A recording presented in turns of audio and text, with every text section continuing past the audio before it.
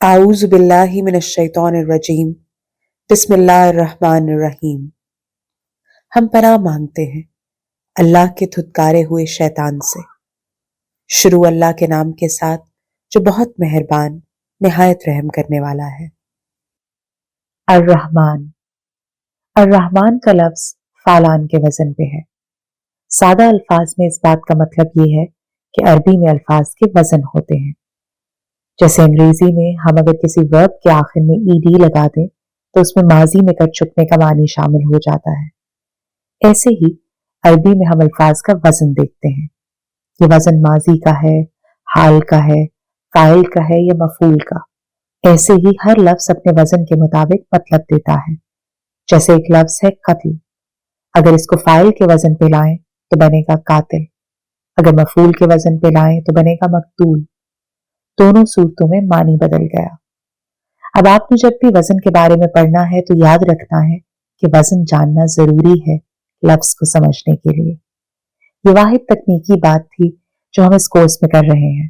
اس کے علاوہ سب کچھ آسان اور سادہ زبان میں ہوگا انشاءاللہ۔ رحمان کا لفظ فعلان کے وزن پہ ہے۔ یہ مبالغے کا صیغہ ہے، یعنی بہت بہت زیادہ ہونے کا صیغہ۔ اس پہ اترنے والے الفاظ میں بہت زیادہ ہونے کا معنی پایا جاتا ہے۔ رحمان نکلا ہے رحم سے۔ رحم کیا ہوتا ہے؟ اگر آپ کو اللہ تعالیٰ کے نام رحمان کا مطلب جاننا ہے تو آپ کو الفاظ کا تعاقب کرنا ہوگا کہ رحم کے لفظ کا اصل مطلب ہے کیا۔ ہم رحم کا لفظ روزمرہ گفتگو میں استعمال کرتے ہیں، لیکن کیا ہم رحم کے اصل معنی سے واقف ہیں؟ کیا ہم جانتے ہیں کہ رحمان ہوتا کون ہے؟ شاید نہیں، کیونکہ ہمارے پاس اللہ کو جاننے کا وقت ہی نہیں ہے۔ اس کورس میں ہم گناہ و ثواب کی باتیں نہیں پڑھنے جا رہے۔ کیا حرام ہے، کیا حلال، کچھ بھی نہیں، نہ جنت نہ جہنم۔ اس کورس میں ہم صرف اللہ تعالیٰ کے بارے میں جانیں گے۔ ہمیں اللہ تعالیٰ کی ذات کو جاننا ہے تو اس کے ناموں کے معنی جاننے ہوں گے، تاکہ ہمیں معلوم ہو سکے کہ وہ ہے کون۔ وہ جس کے آگے ہم 5 دفعہ جھکتے ہیں ایک دن میں، اور وہ جس کو ہم اپنا مالک مانتے ہیں، وہ اصل میں ہے کون؟ وہ جس سے ہم دعا مانگتے ہیں اور دعا قبول نہ ہونے پہ اس سے ناراض ہو جاتے ہیں، وہ رب ہے کون؟ رحمان کا لفظ نکلا ہے رحم سے۔ رحم کہتے ہیں ماں کی کوکھ کو، وہاں جہاں ایک بچہ جنم لیتا ہے۔ بہن بھائیوں کو رحم کے رشتے اسی لیے کہا جاتا ہے کہ ان کا آپس کا تعلق ماں کے رحم کے ایک ہونے سے بنا ہوتا ہے۔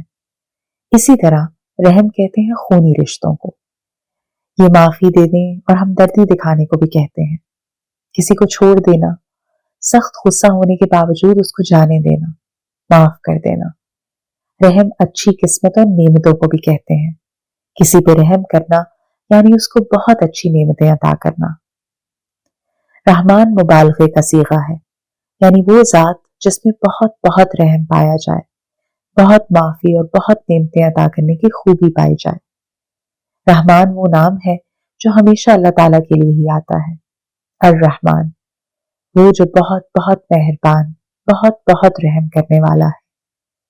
اور ہم کیا سمجھتے ہیں اللہ تعالیٰ کون ہے؟ آپ جو اس وقت یہ سبق پڑھ رہے ہیں، آپ کے نزدیک اللہ تعالیٰ کون ہے؟ ہم نے اللہ کو ایک ایسا استاد سمجھ لیا ہے نعوذ باللہ، جو ہر منٹ ہمارے نمبر کاٹنے کے لیے تیار ہے۔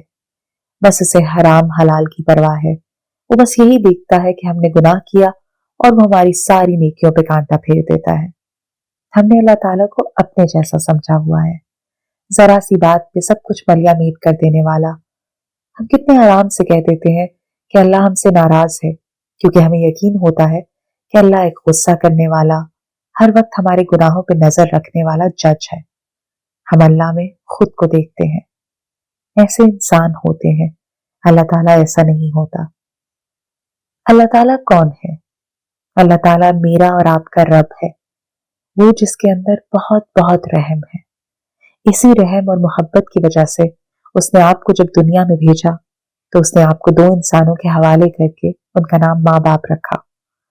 جس اللہ سے آپ اب واقف ہوئے ہیں وہ آپ کے ساتھ آپ کی پیدائش سے بھی پہلے سے ہے، وہ ازل سے آپ کے ساتھ ہے، آپ تب سے اس کی نگاہ میں ہیں، وہ آپ کی ساری کہانی کا گواہ ہے۔ آپ کیسے بڑے ہو گئے؟ کیونکہ وہ اللہ ساتھ تھا۔